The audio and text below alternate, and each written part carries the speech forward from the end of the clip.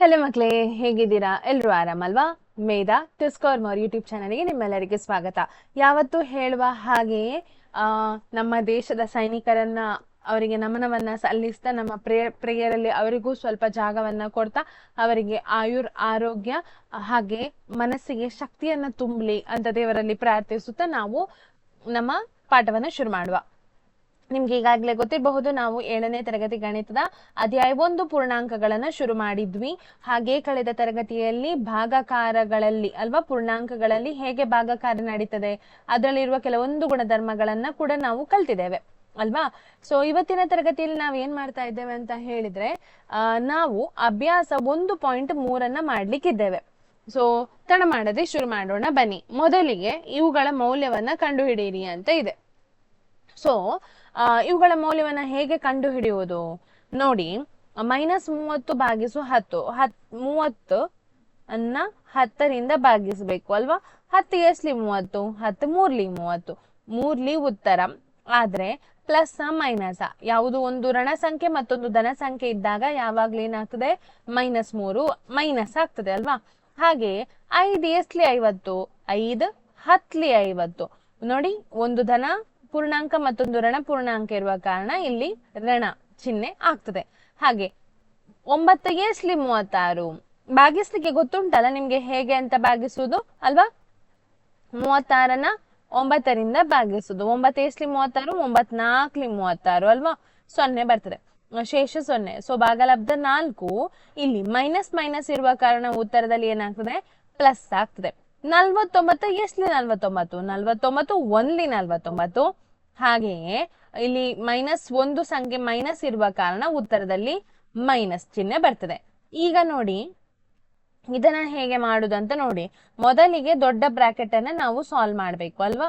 ಏನಾಗ್ತದೆ ಇಲ್ಲಿ 13 ಭಾಗಿಸು -2 + 1 ಅಂತ ಇದೆ. ಇದನ್ನ ಹೇಗೆ ನಾವು ಸಾಲ್ವ್ ಮಾಡುದು ನೋಡಿ.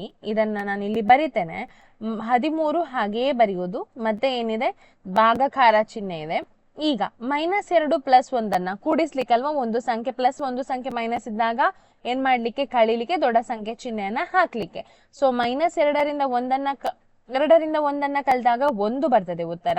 ಮತ್ತೆ ದೊಡ್ಡ ಸಂಖ್ಯೆಯಲ್ಲಿ 2 ಮತ್ತೆ ದೊಡ್ಡ ಸಂಖ್ಯೆಯ ಚಿಹ್ನೆ ಯಾವುದು, ಮೈನಸ್ ಇರುವ ಕಾರಣ ಉತ್ತರ ಏನಾಗ್ತದೆ, -1 ಆಗ್ತದೆ. ನೀವು ಯಾವುದೇ ಸಂಖ್ಯೆಯನ್ನು 1ರಿಂದ ಭಾಗಿಸಿದಾಗ ಉತ್ತರ ಅದೇ ಸಂಖ್ಯೆ ಬರ್ತದೆ.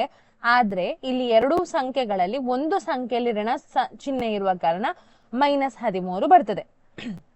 ಮತ್ತೆ ನೋಡಿ, ಯಾವುದೇ ಸಂಖ್ಯೆಯಿಂದ 0ಯನ್ನ ನಾವು ಭಾಗಾಕಾರ ಮಾಡಿದ್ರೆ ಉತ್ತರ ಎಷ್ಟು, 0. 0ಗೆ ಮತ್ತೆ ಧನ ಮತ್ತು ಋಣ ಅನ್ನೋ ಚಿಹ್ನೆಗಳಿಲ್ಲ. ಸೊ 0 ಬರ್ತದೆ.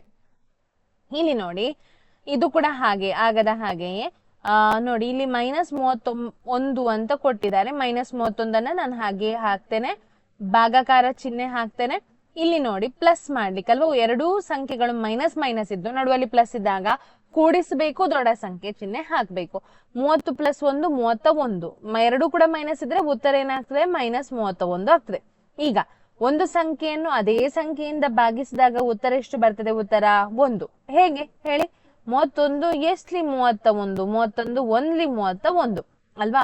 ಎರಡೂ ಸಂಖ್ಯೆಗಳು ಮೈನಸ್ ಮೈನಸ್ ಇದ್ದಾಗ ಉತ್ತರ ಭಾಗಲಬ್ಧದಲ್ಲಿ ಏನ್ ಹಾಕ್ಬೇಕು, ಧನ ಚಿಹ್ನೆಯನ್ನ ಹಾಕ್ಬೇಕು. ಸೊ ಇಲ್ಲಿ +1 ಉತ್ತರ. ಇಲ್ಲಿ ಕೂಡ ಹಾಗೆಯೇ ಮೊದಲಿಗೆ ಬ್ರಾಕೆಟ್ ಒಳಗಿದ್ದದು ಸಾಲ್ವ್ ಮಾಡ್ಬೇಕು ಯಾವತ್ತು ಕೂಡ. 36ನ್ನ 12ರಿಂದ ಭಾಗಿಸಿ. 36 ಭಾಗಿಸು 12. 12 ಎಸ್ಲಿ 36, 12 ಮೂರ್ಲಿ 36 ಅಲ್ವಾ. ಸೊ 3 ಉತ್ತರ ಬರ್ತದೆ. ಇಲ್ಲಿ +3 -3 ಒಂದು ಧನ ಸಂಖ್ಯೆ ನೋಡಿ, ಇದು ಧನ ಸಂಖ್ಯೆ, ಇಲ್ಲಿ ಇದು ಋಣ ಸಂಖ್ಯೆ, ಇಲ್ಲಿ ಧನ ಸಂಖ್ಯೆ ಇರುವ ಕಾರಣ ನಾವ್ ಏನ್ ಹಾಕ್ತೇವೆ, -3 ಅಂತ ಹಾಕ್ತೇವೆ. -3ಗೆ ಬ್ರಾಕೆಟ್ ಹಾಕುವ, ಭಾಗಿಸು, ಅದರ ಹೊರಗೆ ಏನಿದೆ, +3 ಇದೆ. ನಾನು ಆಗ ಅಷ್ಟೇ ಹೇಳಿದ್ದು, ಯಾವುದೇ ಒಂದು ಸಂಖ್ಯೆನ ಅದೇ ಸಂಖ್ಯೆಯಿಂದ ಭಾಗಿಸಿದಾಗ ಎಷ್ಟು ಉತ್ತರ ಬರ್ತದೆ, 1 ಉತ್ತರ ಬರ್ತದೆ. ಆದ್ರೆ ಇಲ್ಲಿ ಭಾಜ್ಯ ಮತ್ತು ಭಾಜಕದಲ್ಲಿ ಒಂದು ಸಂಖ್ಯೆ ಏನಾಗಿದೆ, ಮೈನಸ್ ಇರುವ ಕಾರಣ ಉತ್ತರದಲ್ಲಿ ಕೂಡ -1 ಬರ್ತದೆ. ಅರ್ಥ ಆಯ್ತಲ್ವಾ ಅದು ಹೇಗೆ ಅಂತ ಹೇಳಿ. ಈಗ ನೋಡಿ, -6 + 5, ಒಂದು ಪ್ಲಸ್ ಒಂದು ಮೈನಸ್ ಇದ್ದಾಗ ನಾವ್ ಏನ್ ಮಾಡ್ಲಿಕ್ಕೆ, ಕಳಿಲಿಕ್ಕೆ ಅಲ್ವಾ. ಈಗ ಯಾವ್ದನ್ನ ಸಾಲ್ವ್ ಮಾಡುದು ಮ್ಯಾಮ್? ಇಲ್ಲಿ ಕೂಡ ಚೌಕಾವರಣ ಉಂಟು, ಇಲ್ಲಿ ಕೂಡ ಚೌಕಾವರಣ ಉಂಟು, ಎಲ್ಲ ಎರಡನ್ನೂ ಸಾಲ್ವ್ ಮಾಡುದು. ಆಯ್ತಾ, ಫಸ್ಟಿಗೆ ಇದನ್ನ ಸಾಲ್ವ್ ಮಾಡುವ. ಮೊದಲಿಗೆ ಕೊಟ್ಟದನ್ನ -6 + 1 ಎಷ್ಟಾಗ್ತದೆ? ಕಳಿಬೇಕು, ದೊಡ್ಡ ಸಂಖ್ಯೆ ಚಿಹ್ನೆ ಹಾಕ್ಬೇಕು, -1 ಉತ್ತರ ಬರ್ತದೆ. 6ರಿಂದ 5 ಕಳೆದಾಗ 1 ಅಲ್ವಾ, ದೊಡ್ಡ ಸಂಖ್ಯೆಯಲ್ಲಿ 6, 6ರ ಚಿಹ್ನೆ -1. ಹಾಗೆಯೇ ಭಾಗಿಸು ಹಾಕಿ ಮತ್ತೆ -2 + 1, ಇಲ್ಲಿ ಕೂಡ ಒಂದು ಸಂಖ್ಯೆ ಪ್ಲಸ್ ಮತ್ತೊಂದು ಸಂಖ್ಯೆ ಮೈನಸ್ ಇದ್ದಾಗ ಅಲ್ಲಿ ಕೂಡ ಕಳೆಯುವುದು, ದೊಡ್ಡ ಸಂಖ್ಯೆ ಚಿಹ್ನೆಯನ್ನ ಹಾಕುದು, -1 ಆಗ್ತದೆ. ಸೊ -1 ಒಂದೇ ಸಂಖ್ಯೆಯನ್ನ ನಾವು ಭಾಗಿಸಿದಾಗ ಉತ್ತರ ಎಷ್ಟು ಬರ್ತದೆ? 1 ಬರ್ತದೆ. ಸೊ ಇದು ಉತ್ತರ. ಇಲ್ಲಿ 3 -3 ಉತ್ತರ, ಇಲ್ಲಿ 10, ಇಲ್ಲಿ 4, 1 ಅಂಡರ್ಲೈನ್ ಮಾಡ್ಬೇಕಂತ ಉಂಟಾ? ಮಾಡ್ತೇನೆ ನೋಡಿ, ನಿಮ್ಗೆ ಅದು ಗೊತ್ತಾಗ್ಲಿಕ್ಕೆ ಅಂತ ಮಾಡಿದ್ ನಾನು. ಇದು ಉತ್ತರಗಳು ಎಲ್ಲ, ಯಾವುದೆಲ್ಲ ಅಂಡರ್ಲೈನ್ ನಾನು ರೆಡ್ ಕಲರ್ ಅಲ್ಲಿ ಮಾಡಿದ್ದೇನೆ ಅದೇನಾಗ್ತದೆ? ಉತ್ತರ ಆಗ್ತದೆ ಅದ್ರದ್ದು. ಇದಷ್ಟ ಅರ್ಥ ಆಯಿತು ಅಂತ ಹೇಳಿ ಭಾವಿಸ್ತೇನೆ. ಮುಂದಕ್ಕೆ ಹೋಗೋಣ. ಮುಂದಕ್ಕೆ ನೋಡಿ, ಮುಂದೆ ನೀಡಿರುವ ಪ್ರತಿ A, B ಮತ್ತು C ಬೆಲೆಗೆ A/B + C ಸಮವಲ್ಲ A/B + A/C ಅಂತ ಹೇಳಿ ಪರಿಶೀಲಿಸಬೇಕು ಅಂತ ಹೇಳ್ತಾ ಇದ್ದಾರೆ. ABC ಗೆ ಬೆಲೆ ಕೊಟ್ಟಿದ್ದಾರೆ. ನಾವೇನ್ ಮಾಡ್ಬೇಕಂತ ಹೇಳಿದ್ರೆ, ಇದಕ್ಕೆ ಆ ಬೆಲೆಯನ್ನ ಹಾಕಿ ಅದು ಸಮ ಅಲ್ವಾ, ಅಂದ್ರೆ ಎರಡೂ ಬದಿ ಕೂಡ ಸೇಮ್ ಬರುವುದಿಲ್ವಾ ಅಂತ ಹೇಳಿ ನೋಡ್ಬೇಕು. ನಾನು ಅದರಲ್ಲಿ ಕೊಟ್ಟ ಹಾಗೆ ಬರಿತೇನೆ ನೋಡಿ. ಮೊದಲನೇ ಪ್ರಶ್ನೆಗೆ ಮಾಡ್ತಾ ಇದ್ದೇನೆ. A ಅಂತ ಹೇಳಿದ್ರೆ ಇಲ್ಲಿ 12 ಭಾಗಿಸು ನೋಡಿ, ಇದು B + C ಅಂತ ಹೇಳಿದ್ರೆ -4 + 2 ಅಲ್ವಾ, -4 + 2. ಅನಂತರ ಸಮವಲ್ಲ A/B. A ಯಾವುದು ಇಲ್ಲಿ? 12 12/4 ಪ್ಲಸ್ A/C 12/2. ಈಗ ನೋಡಿ, 12 ಹಾಗೆ ಇಡ್ಲಿಕ್ಕೆ ಭಾಗಿಸು ಚಿಹ್ನೆ ಇಲ್ಲಿ ಏನಿದೆ? ಮೈನಸ್ ಮತ್ತು ಪ್ಲಸ್ ಇದ್ದಾಗ ನಾವ್ ಏನ್ ಮಾಡ್ಬೇಕು? ಕಳಿಬೇಕು ಅಲ್ವಾ. ಎಷ್ಟು ಬರ್ತದೆ? 4ರಿಂದ 2 ಕಳೆದಾಗ 2 ಬರ್ತದೆ, ದೊಡ್ಡ ಸಂಖ್ಯೆ ಚಿಹ್ನೆ ಹಾಕಬೇಕು. ಅನಂತರ 2 ಎಷ್ಟ್ಲಿ 12, 2 6ಲಿ 12, -6 ಬರ್ತದೆ ಅಲ್ವಾ, -6 ಬರ್ತದೆ. ಈಗ ಇದನ್ನ ನಾನು ನೋಡಿ ಕೆಂಪು ಕಲರ್ ಅಲ್ಲಿ ಬರಿತೇನೆ. ಅನಂತರ ಇಲ್ಲಿ ನೋಡುವ, ಇಲ್ಲಿ ಅದೇ ರೀತಿ ಬರ್ತದ ಅಂತ ನೋಡುವ. 12/4 4 ಎಷ್ಟ್ಲಿ 12, 4 3ಲಿ 12 ಅಲ್ವಾ, ಉತ್ತರ 3 ಬಂತು. ಪ್ಲಸ್ 2 ಎಷ್ಟ್ಲಿ 12, 2 6ಲಿ 12. ಕೂಡಿಸಿ ನೋಡೋಣ ಎರಡನ್ನು ಕೂಡ. 3 + 6 ಎಷ್ಟು ಬರ್ತದೆ? ಉತ್ತರ 9 ಬರ್ತದೆ. ಈಗ ಬಲಬದಿ ಮತ್ತು ಎಡಬದಿ ಸಮವಾಗಿದೆಯಾ? ಇಲ್ಲ, ಸಮವಾಗಿಲ್ಲ ಅಲ್ವಾ.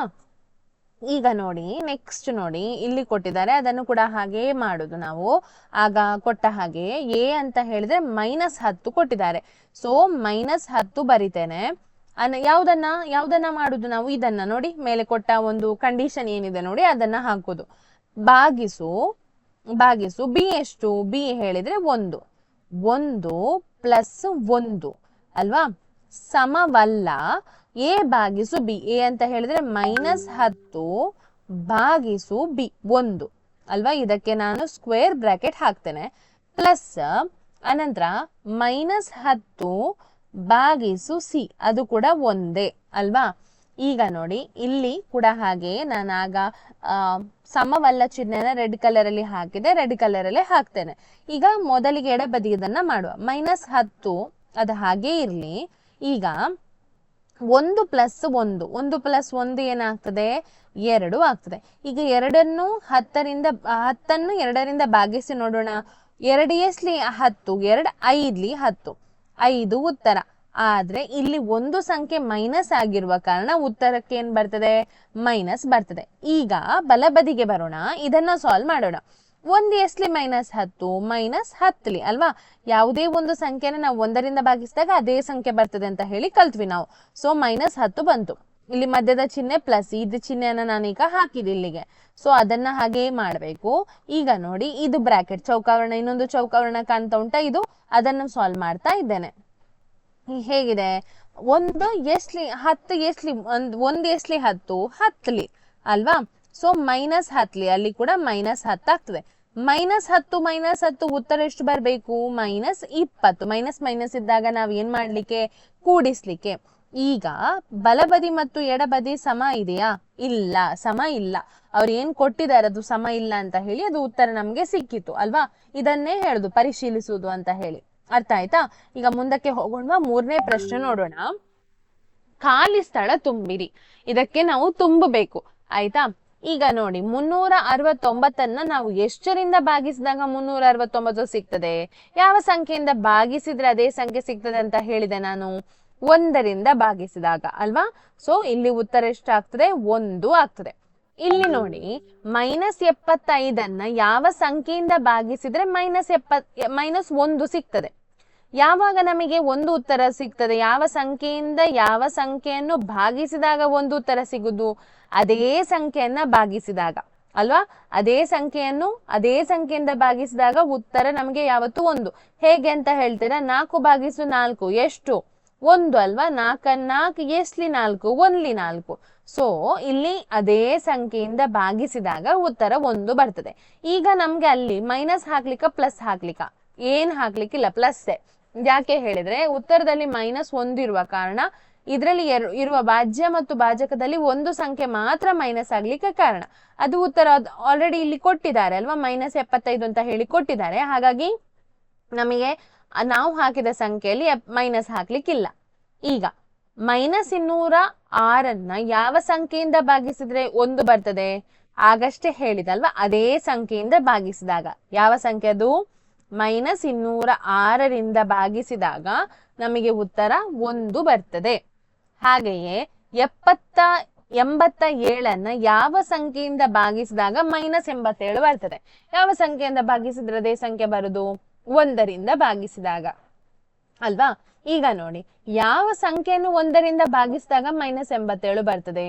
ಉತ್ತರದೇ ಅಲ್ವಾ? ಅದೇ ಸಂಖ್ಯೆಯನ್ನ. ಹಾಗೆ ಯಾವ ಸಂಖ್ಯೆಯನ್ನ 48ರಿಂದ ಭಾಗಿಸಿದಾಗ -1 ಬರ್ತದೆ? ಒಂದು ಉತ್ತರ ಬರುದು ಯಾವುದು? ಅದೇ ಸಂಖ್ಯೆಯಿಂದ ಭಾಗಿಸಿದಾಗ ಒಂದು ಉತ್ತರ ಬರ್ಬೇಕು. ಆದ್ರೆ ಇಲ್ಲಿ -1 ಇರುವ ಕಾರಣ ಇಲ್ಲಿ ನಾವು ಉತ್ತರಕ್ಕೆ ಏನ್ ಹಾಕ್ಬೇಕು? ಮೈನಸ್ ಹಾಕ್ಬೇಕು ಅಲ್ವಾ? ಅಲ್ಲಿ ಅರ್ಥ ಆಗ್ತಾ ಉಂಟು ನಿಮಗಲ್ವಾ? 20 ನೋಡಿ, 20ನ್ನ ಯಾವ ಸಂಖ್ಯೆಯಿಂದ ಭಾಗಿಸಿದಾಗ 2 ಬರ್ತದೆ? ಇದನ್ನ ನಾನಿಲ್ಲಿ ಮಾಡ್ತೇನೆ ನೋಡಿ. ಇಲ್ಲಿ ಹಾಕ್ತೇನೆ 20 x ಅಂತ, ಅಂದ್ರೆ -2. ಯಾವ ಸಂಖ್ಯೆ ಅಂತ ಗೊತ್ತಿಲ್ಲ ಅಲ್ವಾ? ಈಗ ಇಲ್ಲಿ ಏನಾಗ್ತದೆ? ಇಲ್ಲಿ ಭಾಗಾಕಾರ ಇರುವ ಕಾರಣ ಇದು ಆಚೆಗೆ ಹೋಗುವಾಗ ಗುಣಾಕಾರ ಆಗ್ತದೆ. ಆಯ್ತಾ? ಏನಾಗ್ತದೆ? ಗುಣಾಕಾರ ಆಗ್ತದೆ. x ಇಲ್ಲೇ ಇರ್ತದೆ. -20 ನೋಡಿ, ಇದನ್ನ ಈ ರೀತಿ ಕೂಡ ಬರಿಬಹುದು. ಹೇಳ್ತೇನೆ ನೋಡಿ, 20 x ಅಂದ್ರೆ -2. ಈಗ ನಾನು ಇದನ್ನ ಇಲ್ಲಿಗೆ ತರ್ತೇನೆ, ಅದನ್ನ ಆಚೆಗೆ ಕೊಂಡೋಗ್ತೇನೆ. 20 -2 ಅಂತ ಹೇಳಿದ್ರೆ x 2 1ಲಿ 2 ಎಷ್ಟ್ಲಿ 10ಲಿ ಅಲ್ವಾ? ಸೊ ಉತ್ತರ ಎಷ್ಟು ಬಂತು? 10 ಬಂತು. -10. ಯಾಕೆ ಇಲ್ಲಿ -10? ಉತ್ತರದಲ್ಲಿ ಮೈನಸ್ ಇರುವ ಕಾರಣ ಇಲ್ಲಿ -10. ಇದು ಭಾಗಿಸು ಹಾಕಿದ್ದು ನಾನು ಹೀಗೆ ಮಾಡ್ಲಿಲ್ಲ, ನಾನು ಈ ರೀತಿ ಮಾಡ್ಲಿಲ್ಲ, ಆದ್ರೆ ಕೆಳಗೆ ಅಂಶ ಮತ್ತು ಛೇದದ ರೀತಿಯಲ್ಲಿ ಬರ್ದೆ. ಕನ್ಫ್ಯೂಷನ್ ಬೇಡ, ಅದನ್ನೇ ಬರ್ದದ್ ನಾನೀಗ. ಈಗ ಇದನ್ನು ಕೂಡ ಹಾಗೆ ಮಾಡ್ತೇನೆ ನೋಡಿ. ಯಾವ ಸಂಖ್ಯೆ, ಆ ಸಂಖ್ಯೆ ಗೊತ್ತಿಲ್ಲ, -4 ಅಂದ್ರೆ ಉತ್ತರ 3. ಈಗ x ಇಲ್ಲಿರುವ ಕಾರಣ ಇದು ಇಲ್ಲಿಗೆ ಹೋಗ್ತದೆ, 4 ಆಚೆಗೆ ಹೋಗ್ತದೆ. ನಾವು x ಅನ್ನ ಕಂಡು ಹಿಡಿಬೇಕಾಗ್ತದೆ. 3 × 4 ಅಂದ್ರೆ ಎಷ್ಟಾಗ್ತದೆ ಉತ್ತರ? 3 × 4 ಅಂತ ಹೇಳಿದ್ರೆ 12 ಆಗ್ತದೆ ಉತ್ತರ. ಇಲ್ಲಿ 12 ಬರ್ತದೆ. ಅರ್ಥ ಆಗ್ತದಾ? ಅದು ನೀವು ಬೀಜಗಣಿತದಲ್ಲಿ ಕಲಿತೀರದು ಹೇಗೆ ಮಾಡುದಂತ ಹೇಳಿ. ಲಾಸ್ಟ್ ಇಯರ್ ಕಲ್ತಿದ್ದೀರಾ? ನನಗೆ ನೆನಪಿಲ್ಲ 6ನೇಲಿ ಉಂಟಾ ಇಲ್ವಾ ಅಂತ ಹೇಳಿ. ಸೊ ಇದು ಬೀಜಗಣಿತದಲ್ಲಿ 7ನೇಲಿ ಇದೆ ಬೀಜಗಣಿತ. ಅದನ್ನ ನಾವು ಕಲಿಸುವ, ನಾನು ನಿಮ್ಗೆ ಕಲಿಸ್ತೇನೆ, ಹೆದರ್ಬೇಡಿ. ಆಗ ಸರಿಯಾಗಿ ಕಲ್ತ್ರೆ ಅದರದ್ದು ಭಾಗ 2ರಲ್ಲಿ ಬರ್ತದೆ. ಅದಕ್ಕಿಂತ ಮುಂಚೆ ಸ್ವಲ್ಪ ಪ್ರಶ್ನೋತ್ತರಗಳಲ್ಲಿ ಇಂಥದ್ದು ಬರ್ತದೆ.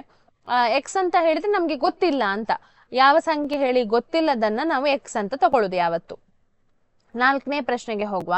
a/b ಅಂತ ಹೇಳಿದ್ರೆ -3 ಆಗುವಂತೆ 5 ಜೊತೆ ಪೂರ್ಣಾಂಕ a/b ಬರೆಯಿರಿ. ಅಂದ್ರೆ ನಿಮ್ಗೆ ಉತ್ತರ -3 ಬರ್ಬೇಕು. ಅಂದ್ರೆ ನೀವು 2 ಸಂಖ್ಯೆಗಳನ್ನ ತಗೊಳ್ಬೇಕು. ಒಂದು ಆಲ್ರೆಡಿ ಕೊಟ್ಟಿದ್ದಾರೆ ನೋಡಿ, ಯಾವ್ದದು? 6/-2 ಅಂದ್ರೆ ಉತ್ತರ -3 ಬರ್ಬೇಕು. ಅಂದ್ರೆ ಯಾವುದೇ ಸಂಖ್ಯೆನ ನೀವು 3ಕ್ಕೆ ಗುಣಿಸಿ ಅಂತೆ. 4 3 ಎಷ್ಟು? 12. ನೀವು 12 ತಗೊಳ್ಬಹುದು ಇಲ್ಲಿ. 12/3 -4 ಅಂತ ಹೇಳಿದ್ರೆ ಉತ್ತರ -3 ಬರ್ತದೆ.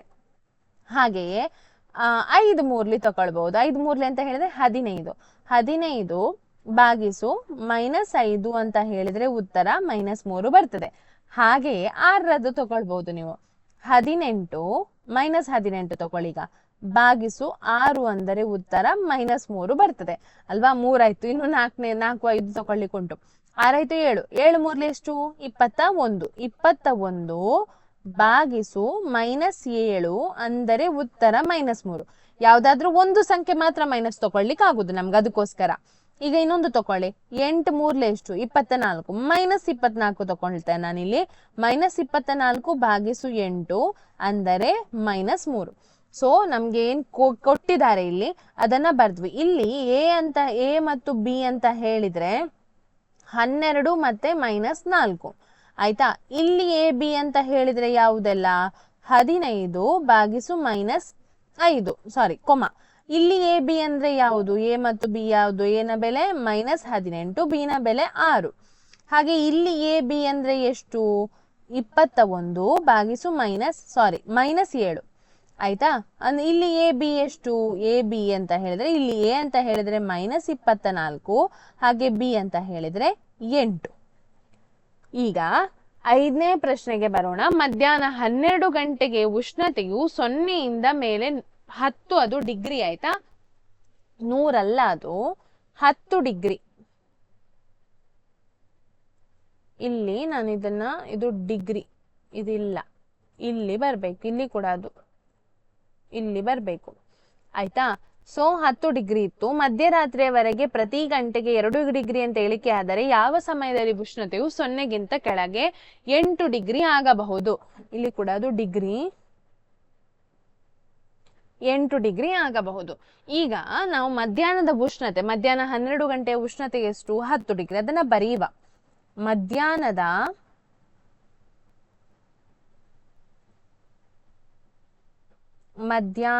ಉಷ್ಣತೆ ಎಷ್ಟು? ಮಧ್ಯಾಹ್ನದ ಉಷ್ಣತೆ 12 ಗಂಟೆ ಹೊತ್ತಿಗೆ ಅಲ್ವಾ. ಇದು ಎಷ್ಟಿತ್ತು? 10 ಡಿಗ್ರಿ ಸೆಲ್ಸಿಯಸ್ ಇತ್ತು. ಹಾಗಾದ್ರೆ ಪ್ರತಿ ಗಂಟೆಗೆ ಕಡಿಮೆ ಆಗೋ ಉಷ್ಣತೆ ಎಷ್ಟು? ಇಲ್ಲಿ ಬರಿತೇನೆ. ಪ್ರತಿ ಗಂಟೆಗೆ ಕಡಿಮೆಯಾಗುವ ಉಷ್ಣತೆ ಎಷ್ಟು? ಪ್ರತಿ ಗಂಟೆಗೆ ಎಷ್ಟು ಡಿಗ್ರಿ ಕಡಿಮೆ ಆಗ್ತದೆ? 2 ಡಿಗ್ರಿ. ಅದನ್ನ -2 ಅಂತ ಬರಿತೇನೆ. ಅಂದ್ರೆ ಕಡಿಮೆ ಆಗುದಲ್ವಾ, ಕಳಿಬೇಕು. ಹಾಗಾದ್ರೆ ಈಗ ಇಷ್ಟು 12 ಗಂಟೆ ಆದ ನಂತರ ಈಗ 1 ಗಂಟೆಗೆ ಎಷ್ಟು ಉಷ್ಣತೆ ಇರ್ತದೆ? ನಾನಿಲ್ಲಿ ಬರಿತೇನೆ. 1 ಗಂಟೆಗೆ ಉಷ್ಣತೆ ಹೇಗೆ ಕಂಡು ಹಿಡಿಯುವುದು? 10ರಿಂದ 2 ಕಳಿಬೇಕು. ಆಗ 8 ಬರ್ತದೆ. 8 ಡಿಗ್ರಿ ಸೆಲ್ಸಿಯಸ್ ಇತ್ತು. ಹಾಗೆ 2 ಗಂಟೆಗೆ ಎಷ್ಟು ಉಷ್ಣತೆ ಇರ್ತದೆ? 2 ಗಂಟೆಗೆ ಉಷ್ಣತೆ 8 - 2 ಅಂದರೆ 6 ಡಿಗ್ರಿ ಸೆಲ್ಸಿಯಸ್ ಇರ್ತದೆ. ಹಾಗೆ 3 ಗಂಟೆಗೆ ಉಷ್ಣತೆ ಎಷ್ಟಿರ್ತದೆ? 6ರಿಂದ ಪುನಃ 2 ಕಳಿಬೇಕು. 6 ಗಂಟೆಗೆ ಉಷ್ಣತೆ ಎಷ್ಟಿರ್ತದೆ? 6 - 2 ಅಂದರೆ 4 ಡಿಗ್ರಿ ಸೆಲ್ಸಿಯಸ್. ಹಾಗೆ 4 ಗಂಟೆಗೆ ಉಷ್ಣತೆ ಎಷ್ಟಿರ್ತದೆ? 4 ಗಂಟೆಗೆ ಉಷ್ಣತೆ 4 - 2 ಅಂದರೆ 2 ಡಿಗ್ರಿ ಸೆಲ್ಸಿಯಸ್. ಹಾಗೆ 5 ಗಂಟೆಗೆ ಉಷ್ಣತೆ ಎಷ್ಟಿರ್ತದೆ? 5 ಗಂಟೆಗೆ ಉಷ್ಣತೆ ಎಷ್ಟಿರ್ತದೆ ಅಂತ ಹೇಳಿದ್ರೆ ಉಷ್ಣತೆ 2 - 2 ಅಂದರೆ 0 ಡಿಗ್ರಿ ಸೆಲ್ಸಿಯಸ್. ಹಾಗೆ 6 ಗಂಟೆಗೆ ಉಷ್ಣತೆ ಎಷ್ಟಿರ್ತದೆ? 6 ಗಂಟೆಗೆ ಉಷ್ಣತೆ 0 - 2. 0ಯಿಂದ ಯಾವುದೇ ಸಂಖ್ಯೆಯನ್ನ ಕಳೆಯುವಾಗ ಉತ್ತರದಲ್ಲಿ ಮೈನಸ್ ಬರ್ತದೆ. ಈಗ ನಾವು ಯಾಕೆ ಇದನ್ನ ಕಂಡು ಹಿಡಿತಾ ಇದ್ದೇವೆ? ಎಂತ ಪ್ರಶ್ನೆ ಕೇಳಿದ್ದಾರೆ? ಮಧ್ಯರಾತ್ರಿಯವರೆಗೆ ಪ್ರತಿ ಗಂಟೆಗೆ 2 ಡಿಗ್ರಿ ಸೆಲ್ಸಿಯಸ್ ನಂತೆ ಇಳಿಕೆಯಾದರೆ ಯಾವ ಸಮಯದಲ್ಲಿ ಉಷ್ಣತೆಯು 0ಗಿಂತ ಕೆಳಗೆ 8 ಡಿಗ್ರಿ ಅಂದ್ರೆ -8 ಆಗ್ತದೆ ಅನ್ನೋದು ಆಯ್ತಾ. -8 ಬರುವ ತನಕ ನಾವು ಮಾಡ್ಬೇಕು ಇದನ್ನ. 7 ಗಂಟೆಗೆ ಉಷ್ಣತೆ ಎಷ್ಟಿರ್ತದೆ? 7 ಗಂಟೆಗೆ ಉಷ್ಣತೆ -2 - 2 ಅಂತ ಹೇಳಿದ್ರೆ -4 ಡಿಗ್ರಿ ಸೆಲ್ಸಿಯಸ್. ಹಾಗೆ 8 ಗಂಟೆಗೆ ಎಷ್ಟಿರಬಹುದು ಉಷ್ಣತೆ? 8 ಗಂಟೆಗೆ ಇರಬಹುದಾದ ಉಷ್ಣತೆ ಅಂತ ಹೇಳಿದ್ರೆ, ಸೊ -4 -2 ಅಂದರೆ -6 ಡಿಗ್ರಿ ಸೆಲ್ಸಿಯಸ್. ಈಗ ನಾನು ಏನ್ ಮಾಡ್ತೇನೆ ಅಂತ ಹೇಳಿದ್ರೆ, ಇಲ್ಲಿ ಜಾಗ ಇಲ್ಲ ನೋಡಿ, ನಾನು ಕೆಳಗೆ ಈಚೆ ಕಡೆ ಬರಿತೇನೆ. ಈಗ 8 ಗಂಟೆಗೆ ಆಯ್ತು. ಈಗ 9 ಗಂಟೆಗೆ ಉಷ್ಣತೆ ಎಷ್ಟು ಬರ್ತದೆ? 9 ಗಂಟೆಗೆ ಉಷ್ಣತೆ ಎಷ್ಟು ಅಂತ ಹೇಳಿದ್ರೆ -6 -2 ಅಂದರೆ -8 ಡಿಗ್ರಿ ಸೆಲ್ಸಿಯಸ್ ಅಂತ ಬಂತು. ಈಗ ನಮ್ಗೆ ಸಮಯ ಸಿಕ್ಕಿತಲ್ವಾ, 8 ಎಷ್ಟು ಬಂತು ಅಂತ ಹೇಳಿ, 8 ಅಂದ್ರೆ 8 ಬಂತು. ಅದೇ ಅಲ್ವಾ, 0ಗಿಂತ ಕಡಿಮೆ 8 ಅಂತ ಹೇಳಿದ್ರೆ -8. ಹಾಗಾದ್ರೆ ಯಾವಾಗ -8 ಇದ್ದದು ಗಂಟೆ? ಹಾಗಾದರೆ 9 ಗಂಟೆಗೆ ಉಷ್ಣತೆ, ಇಲ್ಲಿ ಬರಿತೇನೆ, 0ಗಿಂತ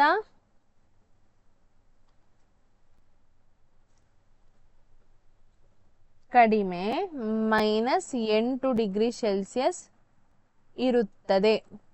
ಆಯ್ತಾ? ಈಗ ಇದಾಯ್ತು. ಈಗ ಇನ್ನೊಂದು ಪ್ರಶ್ನೆ ನೋಡಿ, ಅಲ್ಲಿ ಉಂಟು, ಮಧ್ಯರಾತ್ರಿಯಲ್ಲಿ ಉಷ್ಣತೆ ಎಷ್ಟಿರ್ತದೆ? ಇದೀಗ 9 ಆಯ್ತು, 10 11 ಬರಿಬಹುದು, ಅಲ್ಲೇ ಬರಿಬಹುದು. ಅಥವಾ ನಾವು ಇಲ್ಲಿಂದಲೇ ಒಂದು ಗುಣಕಾರ ಕೂಡ ಮಾಡಬಹುದು. ಮಧ್ಯರಾತ್ರಿಗೆ ಉಷ್ಣತೆ ಎಷ್ಟು ಅಂತ ಹೇಳಿದರೆ, ಮಧ್ಯರಾತ್ರಿಯ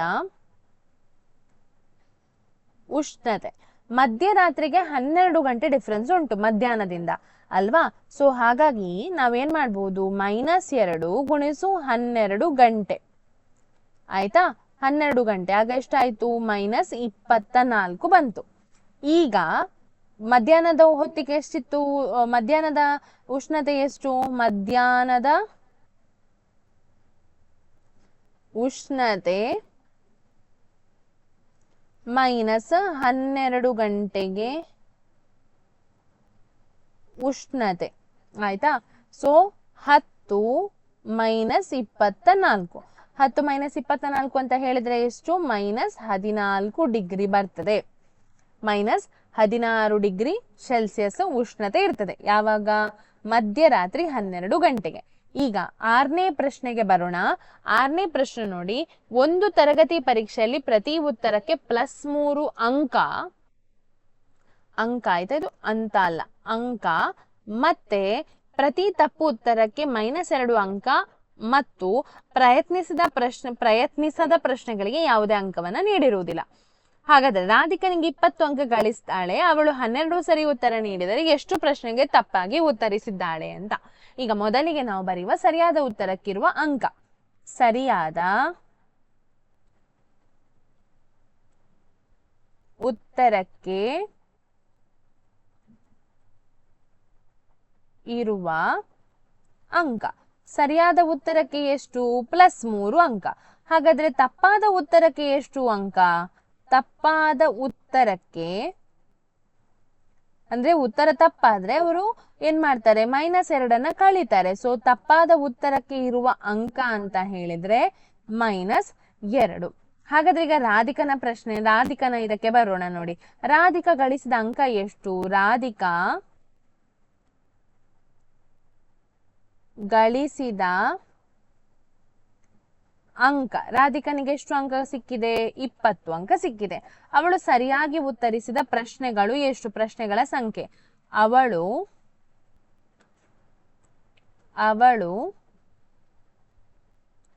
ಸರಿಯಾಗಿ ಉತ್ತರಿಸಿದ ಪ್ರಶ್ನೆಗಳ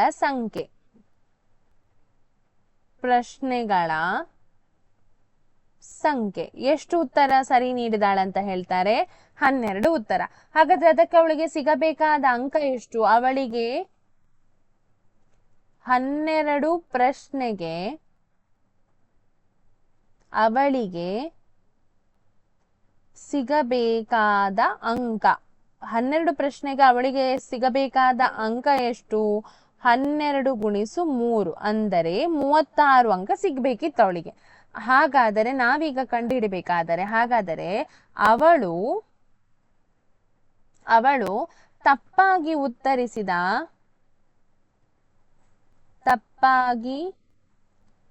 ಉತ್ತರಿಸಿದ ಪ್ರಶ್ನೆಗಳ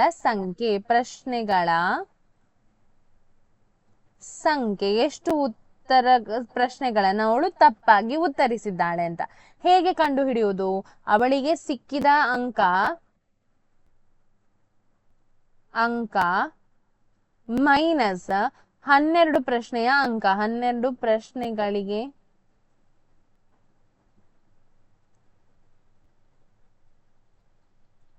ಸಿಗಬೇಕಾದ ಅಂಕ. ಆಯ್ತಾ? ಸೊ ಸಿಕ್ಕಿದ ಅಂಕ 20, 12 ಪ್ರಶ್ನೆಗಳಿಗೆ ಸಿಗಬೇಕಾದ ಅಂಕ 36. 20ರಿಂದ 36 ಕಳೆದ್ರೆ ಉತ್ತರ -16 ಬರ್ತದೆ. ಈಗ ಇದು ಪ್ರಶ್ನೆಗೆ ಸಿಗಬೇಕಾದ ಅಂಕ. ಅವಳಿಗೆ ನಮ್ಗೆ ಸಿಕ್ಕಿದ್ದು ಪ್ರಶ್ನೆಗಳಿಗೆ, ಎಷ್ಟು ಪ್ರಶ್ನೆಗಳಿಗೆ ಅವಳು ತಪ್ಪಾಗಿ ಉತ್ತರಿಸಿದಾಳಂತ ಹೇಳಿ. ಈಗ ನಾವು ಆ 16ನ್ನ ನಾವು -2ರಿಂದ ಭಾಗಿಸ್ಬೇಕು. 2 ಎಷ್ಟು 16, 2 8 16. ಹಾಗಾದ್ರೆ ಉತ್ತರ ಎಷ್ಟು? 8 ಅನ್ನೋದು ಸರಿಯಾದ ಉತ್ತರ. ಅಂದ್ರೆ ಅವಳು 8 ಪ್ರಶ್ನೆಗಳನ್ನ ತಪ್ಪಾಗಿ ಉತ್ತರಿಸಿದ್ದಾಳೆ. ಈಗ ಅದೇ ರೀತಿ ಮೋಹಿನಿದ್ದು ಉಂಟು. ಮಾಡಬಹುದಾ ನಿಮಗೆ? ಸೇಮ್ ರೀತಿ ಮಾಡ್ತೀರಾ? ಇದನ್ನ ನಾನು ಹೋಮ್ವರ್ಕ್ ಕೊಡ್ತೇನೆ, ಮಾಡಬಹುದಾ? ಟ್ರೈ ಮಾಡಿ ನೋಡಿ. ಮೋಹಿನಿ ಈ ಪರೀಕ್ಷೆಯಲ್ಲಿ -5 ಅಂಕ ಗಳಿಸಿರುತ್ತಾಳೆ. ಹಾಗಾದ್ರೆ ನಾವ್ ಏನ್ ಬರಿಬೇಕು? ಮೋಹಿನಿ ಗಳಿಸಿದ ಅಂಕ. ಮೋಹಿನಿಗೆ ಗಳಿಸಿದ ಅಂಕ. ಮೋಹಿನಿ ಗಳಿಸಿದ ಅಂಕ ಎಷ್ಟು? -5 ಅಲ್ವಾ? ಮೋಹಿನಿ ಗಳಿಸಿದ ಅಂಕ -5. ಸರಿಯಾಗಿ ಉತ್ತರಿಸಿದ ಪ್ರಶ್ನೆಗಳು ಎಷ್ಟು? ಸರಿಯಾಗಿ ಉತ್ತರಿಸಿದ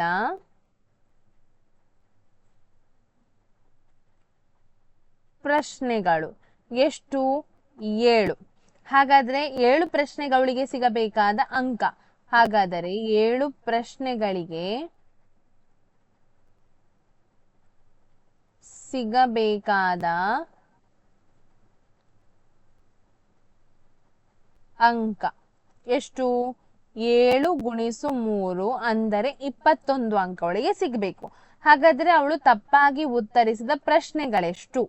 ಅವಳು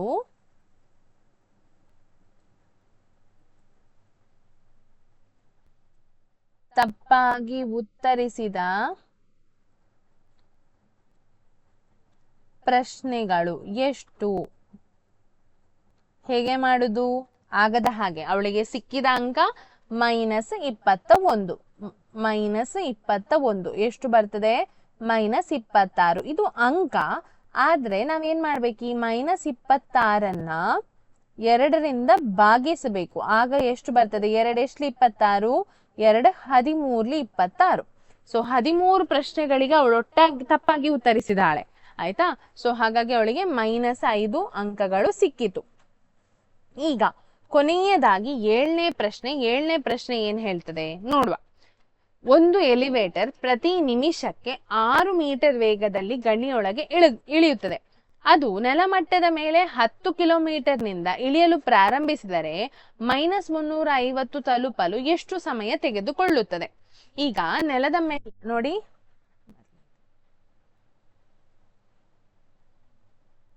ಇದು ನೆಲ. ಆಯ್ತಾ? ನೆಲದ ಮೇಲೆ 10 ಕಿಲೋಮೀಟರ್, ಅಲ್ಲಿಂದ ಕೆಳಗೆ ಇಳಿತದೆ. ಇದು -350ರ ತನಕ. ಈಗ ನಾವೀಗ ಮಾಡ್ಬೇಕು ನೋಡಿ. ನೆಲದ ಮೇಲಿನ ಎತ್ತರ, ನೆಲದ ಮೇಲೆ ಇರುವ ಎತ್ತರ ಎಷ್ಟು? ನೆಲದ ಮೇಲೆ ಇರುವ ಎತ್ತರ ಎಷ್ಟು? ಅದು 10 ಮೀಟರ್ ಅಲ್ವಾ? 10 ಮೀಟರ್. ಕೊನೆಗೆ ತಲುಪಿದ ಆಳ ಎಷ್ಟು? ಕೊನೆಗೆ ತಲುಪಿದ ಆಳ ಎಷ್ಟು? -350 ಮೀಟರ್ ಅಲ್ವಾ? -350. ಅವುಗಳ ವ್ಯತ್ಯಾಸ, ಒಟ್ಟು ವ್ಯತ್ಯಾಸ. ಹಾಗಾದರೆ ಒಟ್ಟು ಕ್ರಮಿಸಿದ ದೂರ ಅಥವಾ ಒಟ್ಟು ವ್ಯತ್ಯಾಸ, ಒಟ್ಟು ವ್ಯತ್ಯಾಸ ಎಷ್ಟು? ಅವುಗಳ ನಡುವೆ ಇರುವ ಒಟ್ಟು ವ್ಯತ್ಯಾಸ ಎಷ್ಟು ಅಂತ ಮಾಡಬೇಕು. ಹೇಗೆ ಮಾಡುದು? -350ರಿಂದ 10ನ್ನ ಕಳಿಬೇಕು. ಮೈನಸ್ ಇದ್ದಾಗ ಯಾವತ್ತು ಏನ್ ಮಾಡ್ಲಿಕ್ಕೆ ನಮಗೆ? ಕೂಡಿಸ್ಲಿಕ್ಕೆ. ಸೊ -360 ಮೀಟರ್ ಬಂತು. ಇದು ಒಟ್ಟು ವ್ಯತ್ಯಾಸ ಅವುಗಳದ್ದು. ಆಯ್ತಾ? ಈಗ 6 ಮೀಟರ್ ಕ್ರಮಿಸಲು ಎಲಿವೇಟರ್ ತೆಗೆದುಕೊಂಡ ಸಮಯ. 6 ಮೀಟರ್ ಕ್ರಮಿಸಲು ಎಲಿವೇಟರ್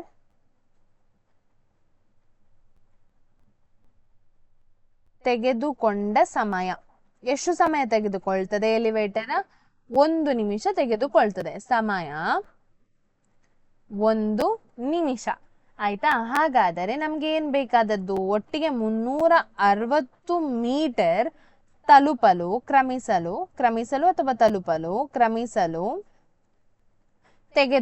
ಎಲಿವೇಟರ್ ತೆಗೆದುಕೊಂಡ ಸಮಯ. ಹಾಗಾದ್ರೆ ಇಷ್ಟನ್ನ ಕ್ರಮಿಸ್ಲಿಕ್ಕೆ ನಾವು ಹೇಗೆ ಮಾಡೋದು? ಇಲ್ಲಿ ನೋಡಿ 6 ಮೀಟರ್ ಕ್ರಮಿಸ್ಲಿಕ್ಕೆ 1 ನಿಮಿಷ ಆದ್ರೆ 360 ಮೀಟರ್ ಕ್ರಮಿಸ್ಲಿಕ್ಕೆ ಎಷ್ಟು? ಸೊ ಇದನ್ನ ಭಾಗಿಸ್ಲಿಕ್ಕೆ, ಯಾವುದನ್ನ? 360 -360 ಭಾಗಿಸು 6 ಮಾಡಿದಾಗ ಹೇಗೆ ಮಾಡುದು? ಇಲ್ಲಿ ನಾನು ಮಾಡ್ತೇನೆ ನೋಡಿ. 360 6 6 36, ಇದು 0 ಮೇಲೆ ಹೋಗ್ತದೆ. ಸೊ 60 ನಿಮಿಷ ಬರ್ತದೆ ಅಲ್ವಾ? 60 ನಿಮಿಷ. ಉತ್ತರ ಎಷ್ಟು? 60 ನಿಮಿಷ. 60 ನಿಮಿಷ. -6 ಅಲ್ವಾ? ಇಲ್ಲಿ -6 ಕೆಳಗೆ ಇಳಿತಾ ಹೋಗೋದು. ಸೊ 60 ನಿಮಿಷ ಅಂತ ಹೇಳಿದ್ರೆ ಉತ್ತರ 1 ಗಂಟೆ. 1 ಗಂಟೆ ತೆಗೆದುಕೊಳ್ತದೆ. ಇದಿಷ್ಟು ಯಾವುದು? ಪೂರ್ಣಾಂಕಗಳು ಪಾಠದ ಅಭ್ಯಾಸ 1.3.